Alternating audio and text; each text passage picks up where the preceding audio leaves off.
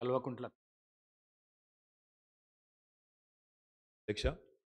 ముందుగా శాసనసభ అధిపతిగా అయిన మీకు హృదయపూర్వకంగా మా పార్టీ పక్షాన మా అందరి పక్షాన కూడా హృదయపూర్వకంగా మీకు అభినందనలు తెలియజేస్తూ, మా పార్టీ అధ్యక్షులు పెద్దలు ఈ కేసీఆర్ గారు వారు దురదృష్టవశాత్తు వారికి కొంత గాయమయ్యి హాస్పిటల్లో ఉన్నప్పటికీ ఎప్పుడైతే ఈ ప్రతిపాదన శ్రీధర్ బాబు గారి ద్వారా మరి వారికి వచ్చిందో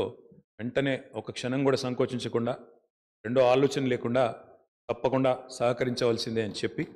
ఏకగ్రీవంగా ఎన్నిక కావడానికి వారు మాకు ఆదేశాలు ఇవ్వడం జరిగింది. దానికి అనుగుణంగానే నిన్న మీ నామినేషన్లో కూడా మేమందరం కూడా పాల్గొనడం జరిగింది.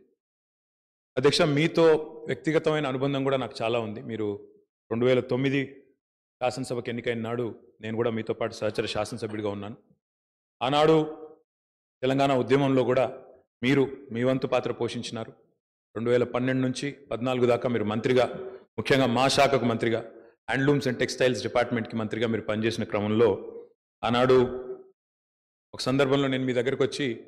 మీరు రండి సిరిసిల్లకి మీరు రావాలి, ఎందుకంటే రాష్ట్రం మొత్తంలోనే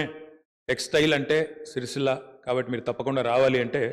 మీరు కొంత సంకోచం వ్యక్తం చేసినారు మొదలు. ఇప్పుడు ఉద్యమం ఉధృతంగా ఉంది, నేను మంత్రిగా ఉన్నాను, ఈ సమయంలో వస్తే ఏమైనా ఇబ్బంది ఉంటుందా అంటే, లేదు మనం కలిసే పోదామని చెప్పి ఆ రోజు మీరు రావడమే కాకుండా ఆనాడు మరి బ్రహ్మాండంగా మీరు వచ్చి అక్కడ కార్మికుల సమస్యలు విని తర్వాత చాలా సమస్యల పరిష్కారానికి మీ స్థాయిలో మీరు కృషి చేసినందుకు కూడా మనస్ఫూర్తిగా ఈరోజు మళ్ళొకసారి అభినందనలు, ధన్యవాదాలు కూడా తెలియజేస్తూ, మరి ఒక ఉన్నతమైన సాంప్రదాయానికి ఈరోజు మరి తెరదీస్తూ ఇతర పెద్దలు గౌరవనీయులు తెలంగాణ రాష్ట్రం ఏర్పడ్డ తర్వాత పెద్దలు శ్రీకొండ మధుసూనాచారి గారు, తర్వాత శ్రీ పోచారం శ్రీనివాసరెడ్డి గారు, తదనంతరం మీరు, మరి వారు ఇద్దరు కూడా నెలకొల్పిన సాంప్రదాయాలు, కాపాడిన విలువలు, వాటన్నిటిని మీరు కూడా పరిరక్షిస్తారని మనస్ఫూర్తిగా ఆకాంక్షిస్తూ, మీ ఉన్నతికి మనస్ఫూర్తిగా అభినందనలు తెలియజేస్తూ, మరి ఇప్పుడే పెద్దలు ముఖ్యమంత్రి గారు, ఉప ముఖ్యమంత్రి గారు, మంత్రివర్యులు కూడా చెప్పినట్టు, మరి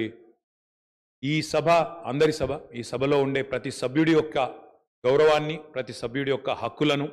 ముఖ్యంగా ప్రజల తరపున మాట్లాడే ప్రతి నాయకుడి యొక్క, ప్రతి గౌరవ సభ్యుడి యొక్క మరి గొంతును వినిపించే విధంగా ఆ బాధ్యత మీరు తప్పకుండా సమర్థవంతంగా నిర్వహిస్తారని మనస్ఫూర్తిగా ఆశిస్తూ, మరి ఒక